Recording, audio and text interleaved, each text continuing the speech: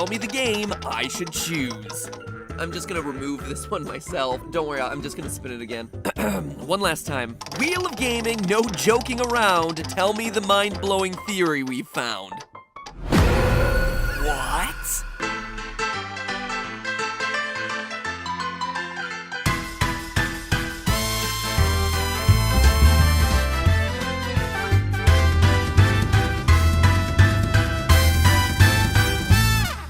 Internet, welcome to Game Theory, where first, a special thank you to my friend Ryder Bergen, aka Foot of a Ferret, for composing that jazzy little intro. He's an up-and-coming creator that produces the series A Brief History here on YouTube, and he does incredible work. So show him some love and check him out. I would recommend the 2018 Year in Review episode. And while we're thanking people, a very special shout out to Reddit and Tumblr theorist Dreamfisher for single-handedly putting Bendy and the Ink Machine back on my radar with some really fascinating observations.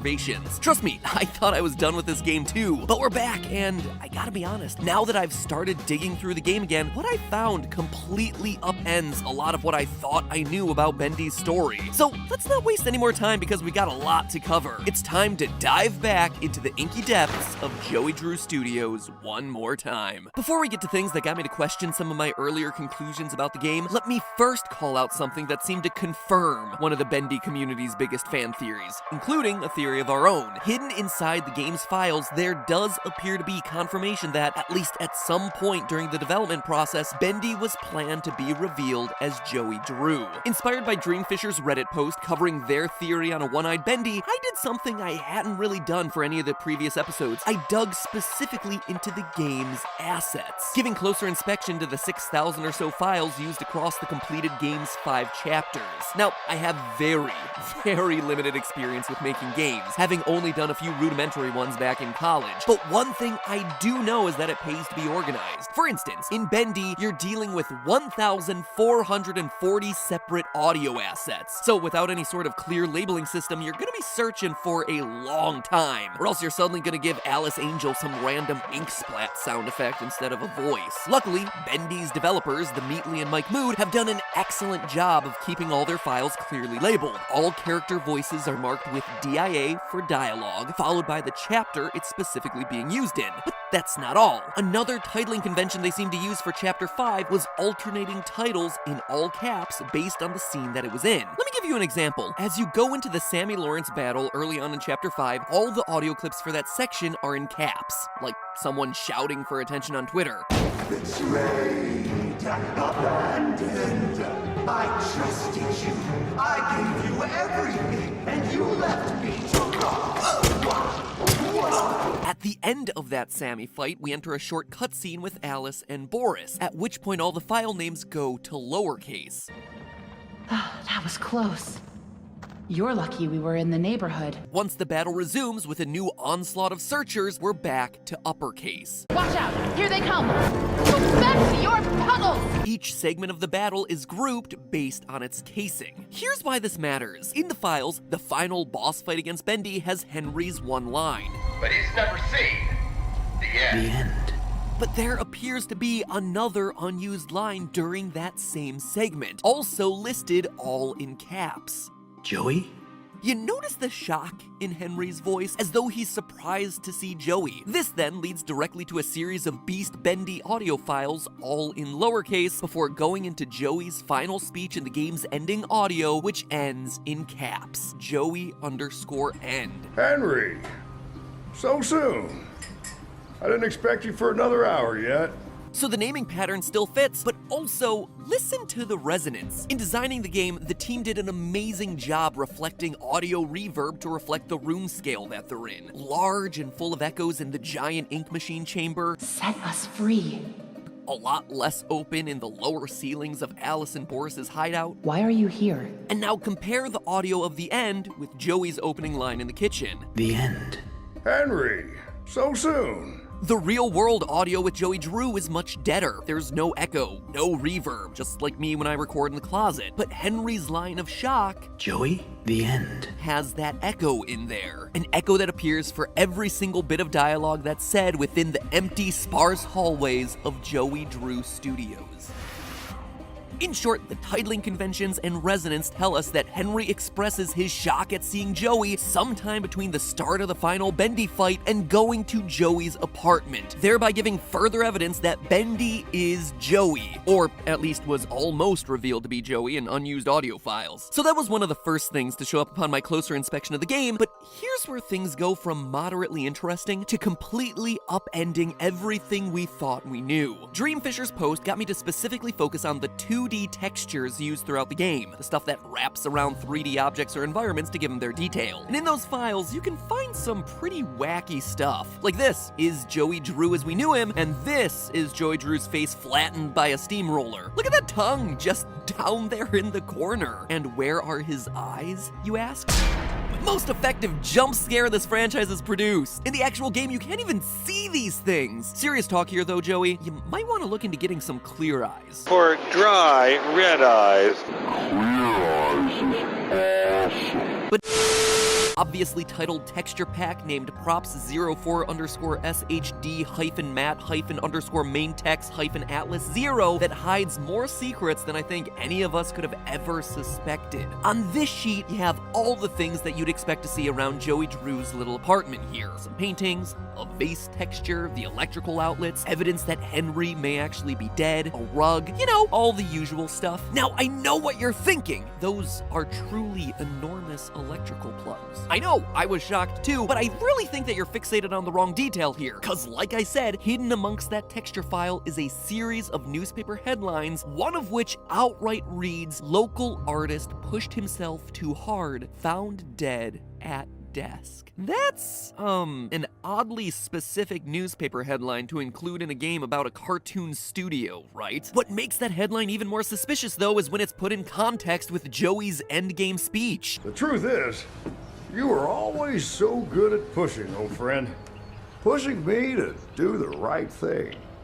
You should have pushed a little harder. Again, we see this recurring theme of pushing and pushing harder. Coincidence? I definitely don't think so. I mean, if this newspaper headline were truly meant to be taken seriously and was referencing some event in the game's timeline, it would be directly referencing Henry, our artist, who specifically references his desk twice in the game. And here's my old desk.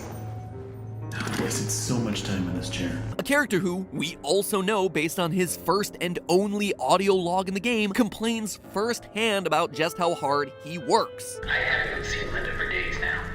When in doubt, just keep drilling, Henry.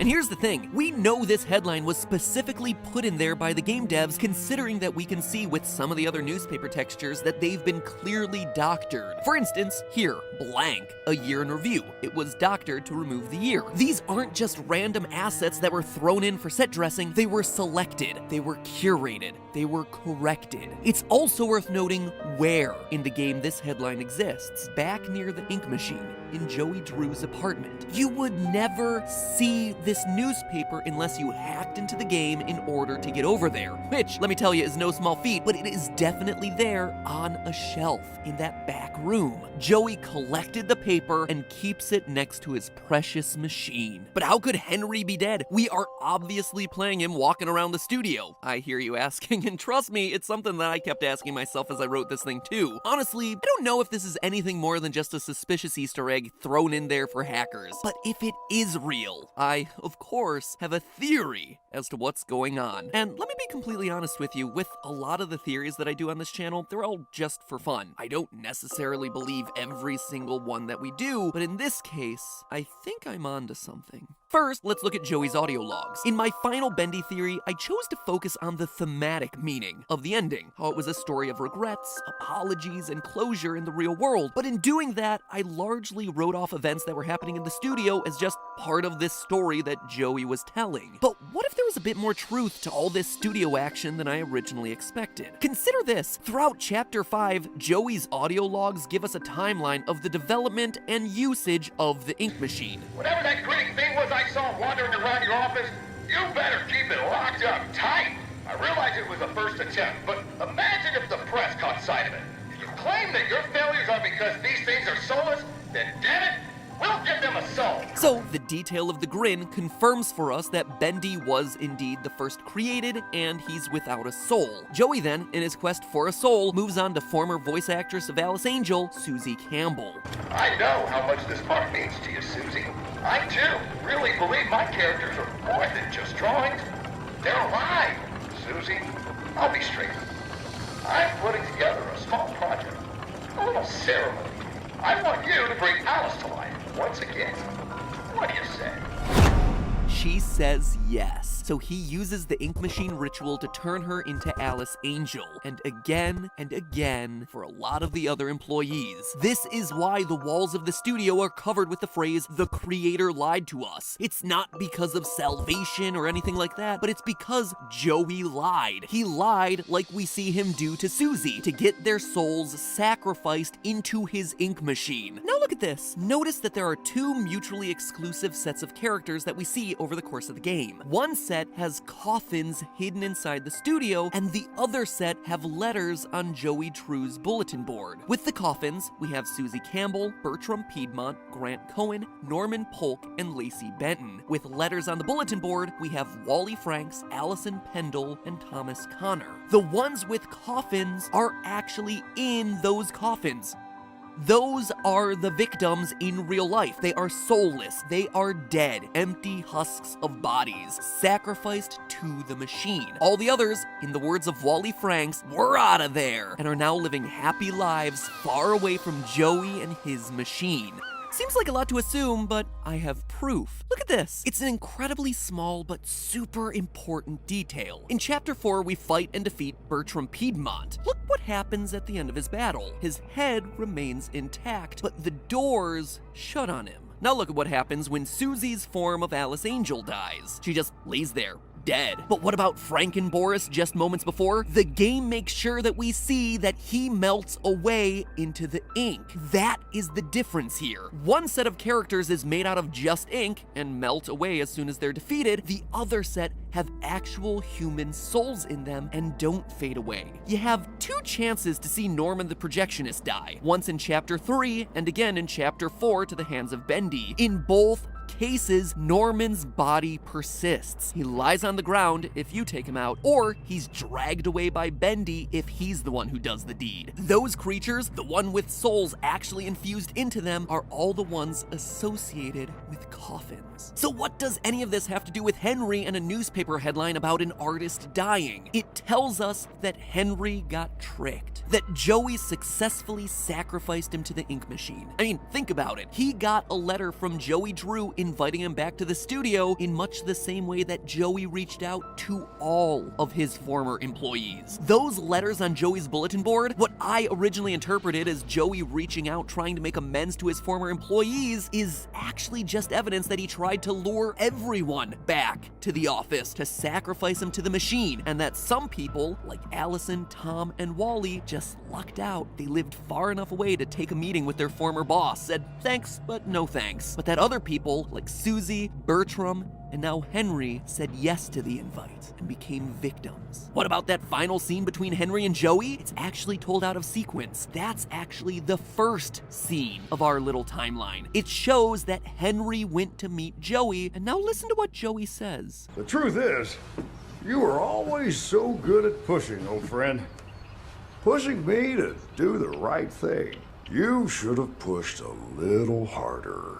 That's him admitting that he's still bad. I mean, translating that line, it's basically, you pushed me to be better, but you didn't push enough. Need more proof? Remember at the end of the Tombstone Picnic cartoon where Bendy sees a human shadow? Well, look a bit closer at that scene and you'll notice that in the final frames, we see Bendy smile. It's not a reaction of fear or mischief, it's him smiling at his creator, Henry. And that's not all. On a second playthrough, we have the ability to use the lens of truth, which reveals hidden messages written on the walls throughout the studio. We established during the last Bendy theory that those messages were left by Henry, as evidenced by lines like, "That's the Joey I knew," and "His dream, my effort." But it's the invisible line of "Joey lied to us" that shows that even Henry at this point in the game recognizes that he was betrayed by his former business partner. Remember those weird flashbacks at the end of Chapter 1? Well, they happen when Henry steps into the sacrifice circle. And what do we see? Joey's wheelchair wheelchair from a ground-up perspective. That is us on the ground looking up at Joey's wheelchair. We also see the ink machine and Bendy. We are flashing back to the moment when Henry first got sacrificed, knocked onto the ground, looking up at Joey's wheelchair. But the clincher here is in the lead up to the final battle against Bendy. We see Boris, Allison, and Henry come to the ink machine one final time. But before they can enter it, they have to cross an inky river. And it's here that Allison and Boris have to get left behind, saying this. I don't see any way around.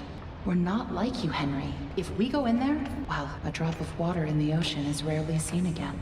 Again, Allison and Boris here are supposed to be Allison, Pendle, and Thomas Connor, but Joey hasn't been able to get a hold of their souls. We see as much because they wrote a note to him on the bulletin board. As such, they're only ink creatures. Good ones, to be sure, but still, they're just ink. That's why they can't cross the river while Henry can. In the end, Henry accepts Joey's invite. 30 years after he left the studio, Joey leads Henry to the machine, does the ritual, and sends Henry's soul into a character, leaving behind the empty husk of Henry's body to be disposed of. Not in a coffin like the others, but left at a desk. An artist slumped over his work, reported dead from pushing too hard. And why would Joey do this? Well, maybe, unlike his other victims, Henry has a family who'd be curious if he one day went missing. Meanwhile, Henry's soul is left wandering the film reels, an animated purgatory over and over again, alongside the characters that he helped create that were turned into monsters by the man who betrayed them all.